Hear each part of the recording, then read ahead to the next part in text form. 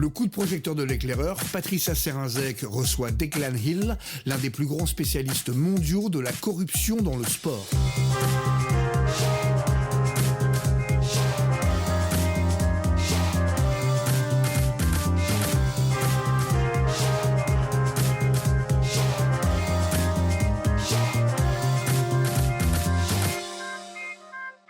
Declan Hill est universitaire, il est surtout un des plus grands experts mondiaux des matchs truqués et de la corruption dans le sport. Un phénomène mondial, massif, qui touche tous les sports, tous les continents et toutes les catégories jusqu'aux plus jeunes. Un phénomène alimenté aussi par le marché des paris sportifs avec son lot d'addiction au jeu, qui pour Declan Hill pourrait égaler la crise des opioïdes aux États-Unis.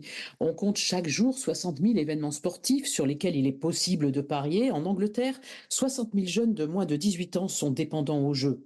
Un système, presque une industrie, où les athlètes sont non seulement les parties prenantes, mais aussi les premières victimes. Qui, pour en parler, en France, la commission d'enquête sur les dérives du sport n'a pas eu un mot pour les matchs truqués et encore moins pour les paris sportifs. Declan Hill, bonjour, merci d'avoir accepté notre invitation. Vous êtes journaliste, consultant universitaire, vous êtes aussi l'auteur de livres traduits en plusieurs langues, on pense à The Fix, Crime organisé football ou Comment truquer un match de football. Vous êtes donc le spécialiste des matchs et événements sportifs truqués dans le monde et vous avez pour ce faire infiltré notamment les réseaux des mafias asiatiques. Revenons dans un premier temps sur l'ampleur prise par le phénomène. Comme vous savez, maintenant, je suis prof à une université ici. Je suis en charge de cours pour faire de l'entraînement des officiels, des étudiants, les policiers contre la corruption dans les sports. Et ici, c'est une map. J'ai fait des entraînements de certains officiels européens qui ont fait une investigation, une enquête contre le trocage.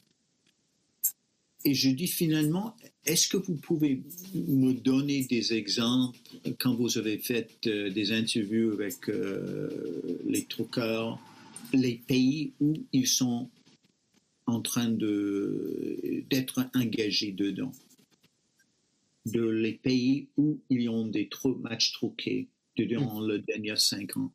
Et vous pouvez voir qu'il y a des matchs en Canada, les États-Unis, en Amérique centrale, au Mexique, en Amérique latine, mais aussi en France.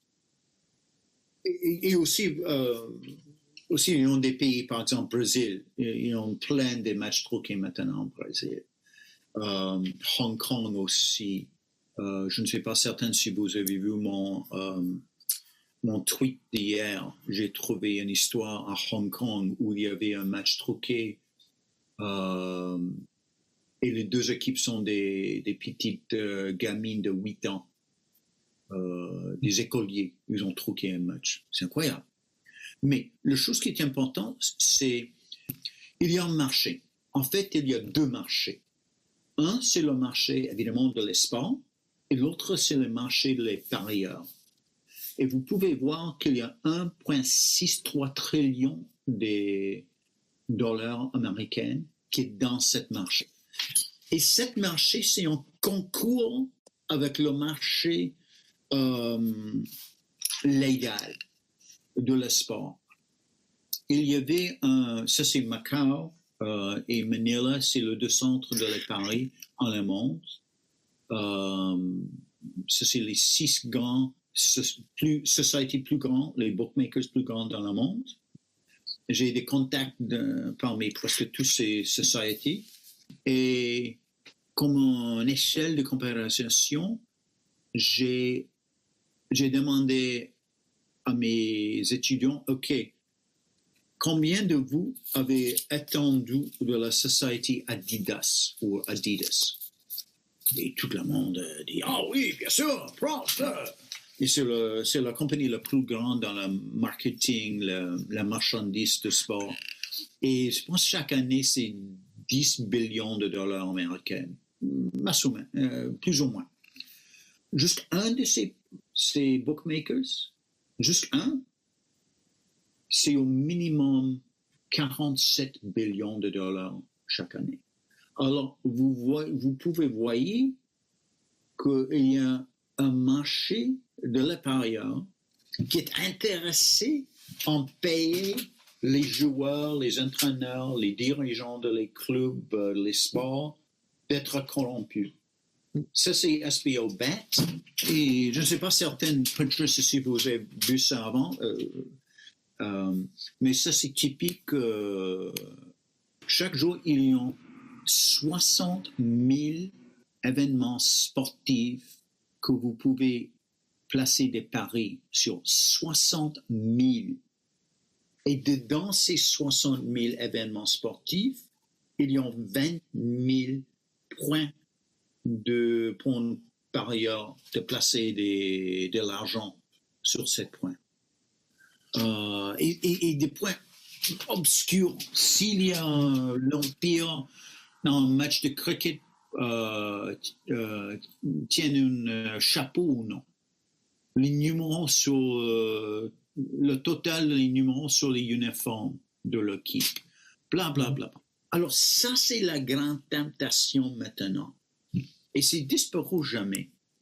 60 000 événements sportifs chaque jour. C'est énorme. Avec 1000 points dedans chacun de ces sports pour être corrompu. Alors, c'est je me rappelle qu'en 2019, l'UEFA, alors bon, on va parler du foot là, du coup, pour le coup, l'UEFA, il me semble, avait alerté en disant attention, il y a beaucoup trop de matchs truqués.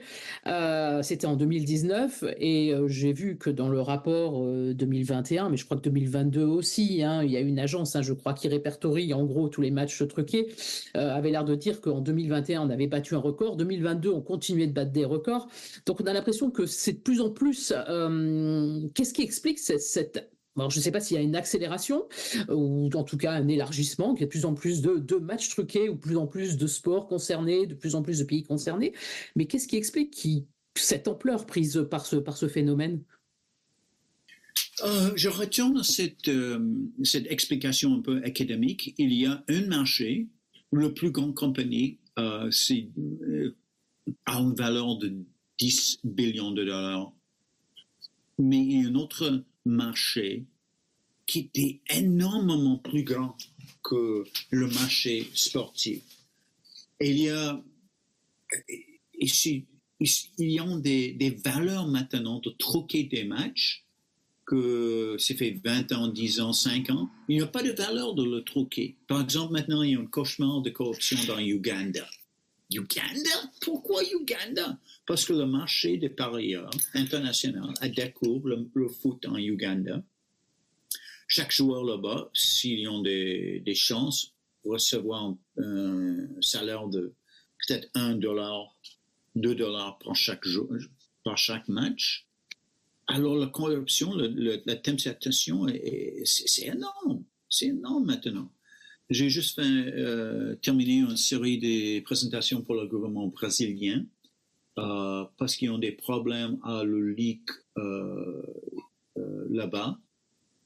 J'ai parlé avec les officiels là-bas et j'ai dit, OK, ton problème, c'est pas les grands matchs. Ils ont des problèmes là-bas, mais ils ont le vrai problème ici au Brésil, c'est les matchs truqués parmi les joueurs qui ont 15 ou 16 ans. Alors maintenant, parmi les adolescents brésiliens, ils ont des matchs truqués. Et maintenant, ils sont s'habitués à la corruption. Alors, s'ils ont des corruptions avec les grands joueurs dans les grandes équipes, bon, c'est un problème. Mais le problème, c'est que la nouvelle génération est complètement s'habituée à la corruption maintenant. En e-sports, c'est le Wild East. Et vous devrez parler avec mon collègue britannique Richard Lewis. Richard, c'est un ami très, très proche. Il a fait des enquêtes en e-sports. Et vraiment, c'est incroyable. Et pourquoi ça touche finalement maintenant des équipes plus jeunes ou autres? Parce qu'on peut imaginer, on se dit que finalement il y a peut-être moins d'argent en jeu, donc ça devrait a priori pas les concerner. Parce que c'est vraiment facile de troquer un match, un grand match dans une grande ligue. C'est prendre une sophistication, c'est prendre beaucoup de l'argent. J'ai vu comme un témoin le trucage durant un tournoi mondial, un FIFA World Cup. Et là-bas, le prix pour truquer un match, c'est dans le million, les millions. Mais avec un groupe des adolescents dans le Brésil, ou Ouganda, ou France, c'est centaines d'euros. Alors, c'est facile. C'est facile à faire. Et quelle est la motivation pour truquer un match? Et c'est une bonne question.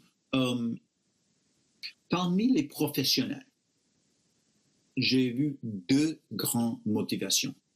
Un, c'est le manque de salaire. Et c'est étonnant pour un journaliste ou pour un lecteur de réaliser. Généralement, nous pensons que la vie athlétique, c'est vraiment beaucoup de glamour, sportif, les femmes, les voitures, blablabla.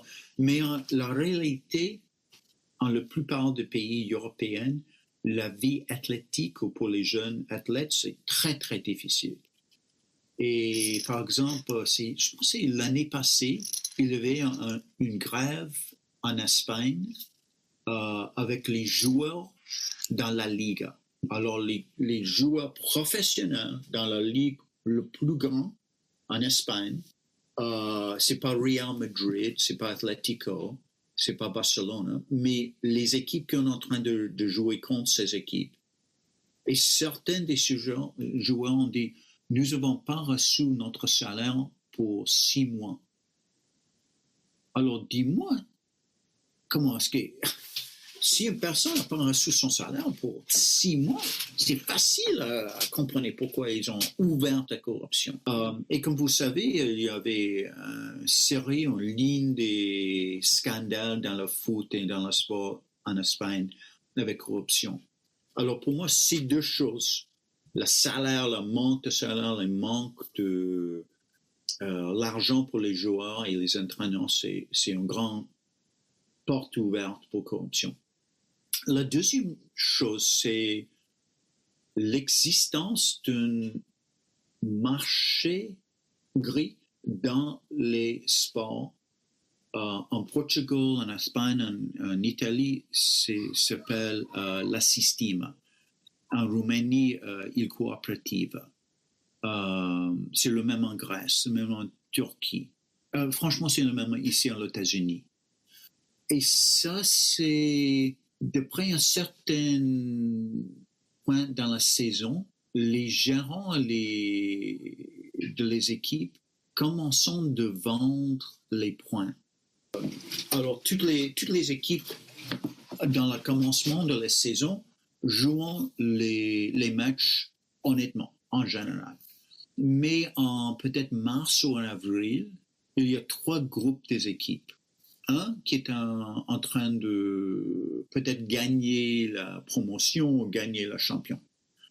Normalement, 2 ou 3 équipes comme ça. Un deuxième groupe, c'est au fond de la division et eux sont en danger de relégation ou des problèmes. Mais il y a un grand groupe dans le milieu de la ligue qui n'était pas en danger de gagner quelque chose, mais pas en danger d'être relégué à une autre division. Et les gérants de ces équipes, ou certaines de ces équipes, vendent ces points. Ils vont les autres gérants, les autres officiels de les équipes, ils disent, OK, pour nous, il y a une valeur de 2 millions d'euros de les 3 points contre nous. Alors, et ce système, c'est vraiment énorme, c'est dedans le système sportif. C'est en effet le système sportif. Et que vous parliez de normalisation, cette normalisation, c'est notamment, on va dire, accéléré avec pour les États-Unis, la légalisation des paris sportifs. Alors en France, c'était plus elle était avant, hein, c'était en 2010, c'était une libéralisation. On imagine que ça a dû accélérer le mouvement, non? Oui. Ici, c'est un peu différent. Ici, si normalisé, la corruption ici, c'est si normalisé que c'est les journalistes et certains des fanatiques de le sport parlant de cette corruption normalement. En anglais, il y a un phénomène psychologique qui s'appelle cognitive dissonance. Je ne sais pas comment traduire cette phrase en français. Dissonance cognitive. C'est comme vous connaissez votre père, c'est un alcoolique, mais vous dites non, papa, c'est pas un alcoolique, il juste aime de faire des parties, de faire des grandes fêtes. Alors, il y a une dissonance cognitive. Ici, aux États-Unis, le système s'appelle tanking, T-A-N-K-I-N-G. Et c'est un trucage. Et c'est vraiment commun, c'est vraiment ouvert. Et il y avait des procès juridiques quand certains des entraîneurs ont dit « J'ai refusé de prendre des boîtes au vin parce que j'ai refusé de perdre les matchs expressement. Et j'étais mis dehors de mon poste parce que j'ai refusé de faire ça. » Alors, il y a une différence culturelle entre les États-Unis et France et Europe, mais en effet, c'est le même système de près un certain bout dans la saison de perdre les matchs expressement. Et comment aux États-Unis, en tout cas en France, on voit, hein, comme je vous disais tout à l'heure, qu'il y a des coups de filet, on va dire tous les jours, hein, il y a des histoires de matchs truqués. Là, je voyais qu'il y avait un joueur de tennis français qui a été exclu. Ensuite, je viens de voir aussi que l'ex-sélectionneur de Chine aussi avait été condamné. Donc, on voit que régulièrement, il y a des coups de filet. Par contre, le système a l'air de bien rester en place. Est-ce qu'aux États-Unis, les politiques s'empoignent du sujet? Est-ce qu'il y a un travail d'enquête, d'investigation de la part des médias, ou est-ce que ça reste finalement relégué quasiment aux faits divers? Non, il y a presque un silence dans le média sportif sur ces sujets. Et écoutez, moi je ne suis pas journaliste sportif, moi je suis journaliste d'enquête. Je suis intéressé dans le sport, mais mon sujet c'est pas le sport, c'est les enquêtes. Mais dis donc, il y a un autre facteur dans notre conversation, et c'est un facteur énorme. Presque, c'est pas possible de faire une exagération de la taille de ce problème. C'est une peste silencieuse, a silent plague. Ça, c'est l'addiction de les athlètes pour le parieur et le gaming. C'est fait 10 ans ou 20 ans, beaucoup de les jeunes athlètes sont des addicts, étaient les addicts de drogue, d'alcool. Maintenant, c'est presque impossible de faire l'alcool et de drogue. Le concours, les niveaux de compétition entre les athlètes, maintenant, c'est impossible d'être un athlète de long terme et être un addict de cocaïne ou des drogues. C'est presque impossible. Alors maintenant, l'addiction, c'est énorme. C'est de parier. C'est de jouer des paris sur ces mobiles. C'est une énorme vague d'addiction parmi les athlètes. Ça, c'est une autre porte ouverte pour la corruption. Il y a 2 ou 3 facteurs très importants qui sont les motivations pour cette addiction. 1. Les paris ont changé dans un sens fondamental durant les dernières 10 ans. En 2000, en 2010, si moi je veux placer des paris sur un match ou un événement sportif, je dois aller à un casino ou je dois pas aller au Veni ou quelqu'un comme ça pour placer des paris dans une taverne un peu noire. Maintenant, je simplement aller à mon téléphone mobile et c'est comme je suis en train d'importer un casino dans mon mobile. Et les académiques ici, nous avons une expression pour ça, frictionless gambling. Alors, je simplement pousser les boutons sur mon téléphone je peux faire des paris n'importe quelle heure de la journée, n'importe quelle minute de la journée. Il y avait un exemple d'un jeune addict qui a joué sur l'équipe nationale italienne. Et lui, il était en train de faire des paris sur la banque dans un match de foot. Il était sur la banque, sur la chaise, en train de regarder la match. Il était un substitute et il était en train de placer des paris. Et ça, cette forme frictionless gambling, c'est très, très dangereux. Très, très dangereux. Et c'est une addiction que la plupart des personnes de moyen âge et plus âgées que ça ne connaissaient pas. Parce que les sport gambling, c'est très addictif à les jeunes hommes de 14, entre 14 et 35. En Angleterre, au Grande-Bretagne, il y a au minimum 60 000 jeunes de moins de 18 ans qui sont maintenant, aujourd'hui, janvier le 19, 2024, qui sont des addicts. Pas des 60 000 personnes qui sont, ou adolescents qui sont simplement fait des paris. Non, des adolescents qui sont addictifs. Et le numéro, c'est énorme de les jeunes personnes.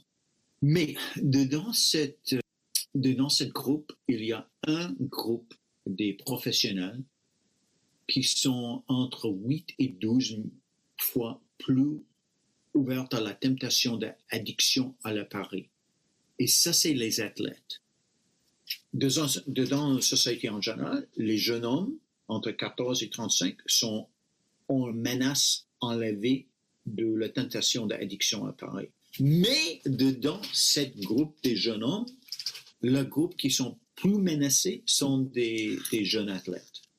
La mesure est prise de ce niveau d'addiction. En tout cas, en France, on n'entend pas énormément parler. Comme je vous dis, la commission d'enquête parlementaire, c'est un exemple, ne s'est absolument pas penchée sur cette question ni des matchs truqués, ni des paris sportifs et encore moins de la dépendance au jeu. C'est quelque chose qui est en discussion, ou tout au moins, où il y a des mesures qui sont mises en place, ou finalement ça fait partie d'un système, on a l'impression que tout le monde regarde et puis que finalement tout le monde participe un petit peu? Je serais très étonné s'il y a une grande discussion de ce sujet en France ou la Suisse. Pour moi, c'est un tsunami de bullshit qui a couvert les États-Unis. Les paris sportifs, c'est très bon. Regardons les impôts, regardons les changes d'emploi pour toutes les personnes. Mais les bookmakers, presque jamais, parlent de leur risque d'addiction. Et pour moi, c'est la nouvelle addiction de opioïdes, la nouvelle génération. Et parce que les personnes de moyen âge, les femmes, les hommes, généralement sont en moins de risque de ça, en ne parlant pas de l'addiction de paris. Mais c'est énorme, énorme. Je vous jure, si vous allez à une équipe de foot ou équipe de je ne sais pas quel sport, mais allez là-bas et juste parlez à les jeunes athlètes et dis-moi combien de vous autres faites des paris sur les sports et combien de vous ont un problème. Et je suis presque certaine, depuis 5 interviews ou 5 juste brèves conversations, vous découvrez sur chaque équipe 1 ou 2 joueurs qui ont des problèmes. C'est dépend, peut-être une équipe sans des problèmes, peut-être une équipe avec 3 ou 4 personnes. Mais je suis certain les niveaux de les addictions, c'est énorme dans cette génération. Et presque personne parlant de ce problème. Vous m'avez demandé pourquoi s'existe encore cette grande vague de matchs truqués. Et j'ai dit, dans mon français pénible, il y a 3 grandes raisons. Et toutes ces raisons sont connectées avec l'incompétence officielle. Un, c'est les joueurs recevons pas les salaires. Deux, c'est l'existence d'un marché secret dans beaucoup de sports où il y a un transfert, un marché secret entre les gérants. Et le troisième, c'est l'addiction des jeunes, spécifiquement les athlètes. Ces trois motivations sont les grandes motivations pour la corruption et toutes sont un problème officiel. Et nous avons commencé notre conversation avec une discussion brève sur les effets de les Saoudis et Qataris. Moi, j'ai remarqué que les officiels, les académiques, les agences qui reçoivent l'argent de ces gouvernements, parlant si le match truqué, c'est un problème éthique ou individuel. Ah, les joueurs, le problème, c'est les jeunes joueurs n'ont pas le même niveau moral que nous autres. Ça, c'est le problème. Ça, c'est les mêmes tactiques de l'industrie du tabac durant les années 80 et 90. La fume, la tabac, c'est pas un problème de la santé publique, c'est un problème individuel. C'est un problème moral sur la part de la personne. Et pour moi, c'est pas un accident que ces mêmes stratégies c'était usées par l'organisation grande comme FIFA, International Olympic Committee. Ah, le problème de corruption, c'est les athlètes. Ah! Mais pour moi, les trois motivations plus grandes, c'est les gérants corrompus, c'est le marché secret, le manque de salaire, et le troisième, c'est l'addiction de l'appareil pour les jeunes. Et on voit que ça touche tous les sports. On a pu le voir, hein. Bon, le foot, souvent, on donne souvent l'exemple du foot, mais on voit que le tennis est quand même particulièrement quand même touché aussi.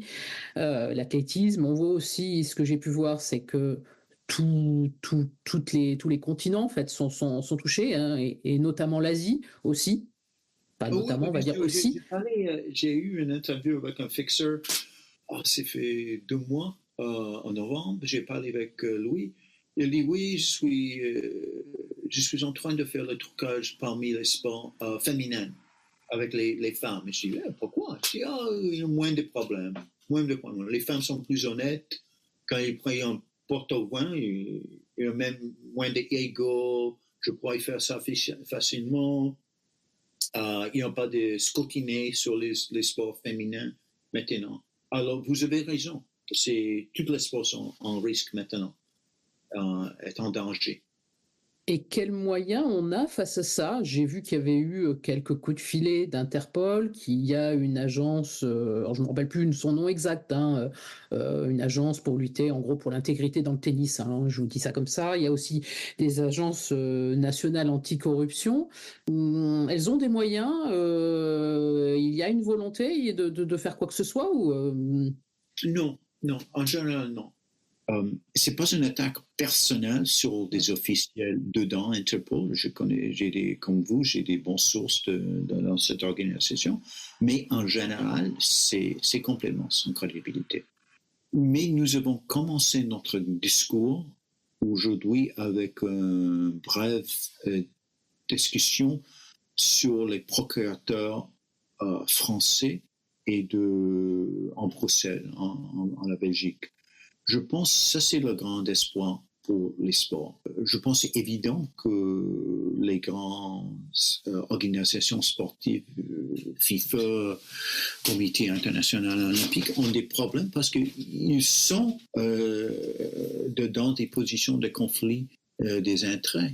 C'est très, très difficile pour eux de self-regulate. C'est presque impossible. Dans un match de foot, nous avons des arbitres indépendants pour une raison. Et je pense que c'est la même chose dans le monde de la corruption. Il faudrait une grosse opération main propre comme en Italie. On est dans la mafia de toutes les façons, non? Quelquefois, oui. Et je dois dire que c'est presque impossible pour un officiel sportif de lutter contre la mafia. Ont besoin de quelque chose indépendant, avec grandes ressources, avec grand désespoir.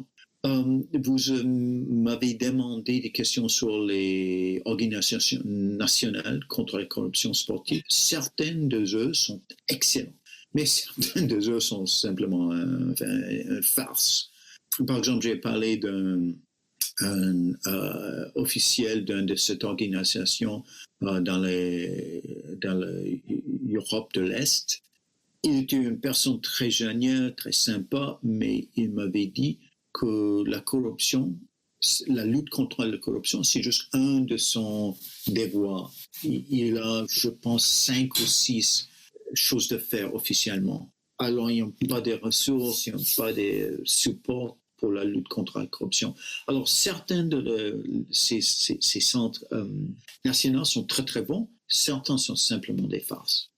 C'est finalement quelque chose qu'on retrouve à l'échelle de la société. Hein. Quand on parle de délinquance, je sors du sport là, mais on voit bien que tout ce qui peut être délinquance de voie publique, qui est pour des raisons, évidemment, puisque ça touche directement les personnes, et on va dire nettement prioritaire dans les moyens mis en œuvre au niveau de la police, au niveau judiciaire, sur la délinquance économique, la délinquance en col blanc. Finalement, on retrouve la même chose au niveau du sport, c'est-à-dire que la petite délinquance, qui fait beaucoup de dégâts, je ne dis pas le contraire, finalement, elle est massive et donc elle est traitée prioritairement par rapport à la délinquance, la corruption, la délinquance économique, la délinquance financière. On retrouve finalement la même chose dans le sport que dans la société.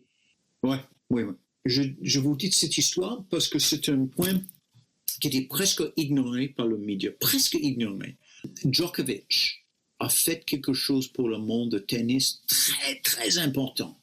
Incroyablement important. Ça fait 2 semaines qu'il y a une petite annonce que les joueurs dans le monde de tennis vont recevoir une petite somme d'argent pour chaque pari sur le tennis.